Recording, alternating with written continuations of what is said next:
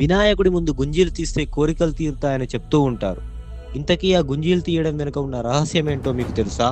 ఒకసారి శివుడిని చూడడానికి కైలాసానికి వెళ్ళిన శ్రీ మహావిష్ణువు తన సుదర్శన చక్రాన్ని, తన ఆయుధాలని పక్కన పెట్టి శివుడి పక్కన కూర్చొని ముచ్చట్లో పడతాడు. ఆ సమయంలో అక్కడే ఆడుకుంటున్న బాలగణపతి సుదర్శన చక్రాన్ని తీసుకొని అమాంతం నోట్లో వేసుకొని మింగేస్తాడు. విష్ణుమూర్తి కొద్ది సమయం తర్వాత తన ఆయుధాలు ఉంచిన చోట చూస్తే తన సుదర్శన చక్రం కనిపించదు.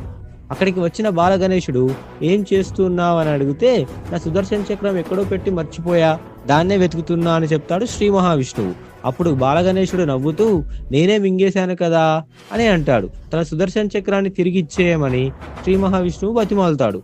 అప్పుడు బాలగణపతిని ప్రసన్నం చేసుకునేందుకు శ్రీ మహావిష్ణువు తన కుడి చేత్తో ఎడమ చెవిని, ఎడమ చేత్తో కుడి చెవిని పట్టుకొని గుంజీలు తీయడం మొదలు పెడతాడు.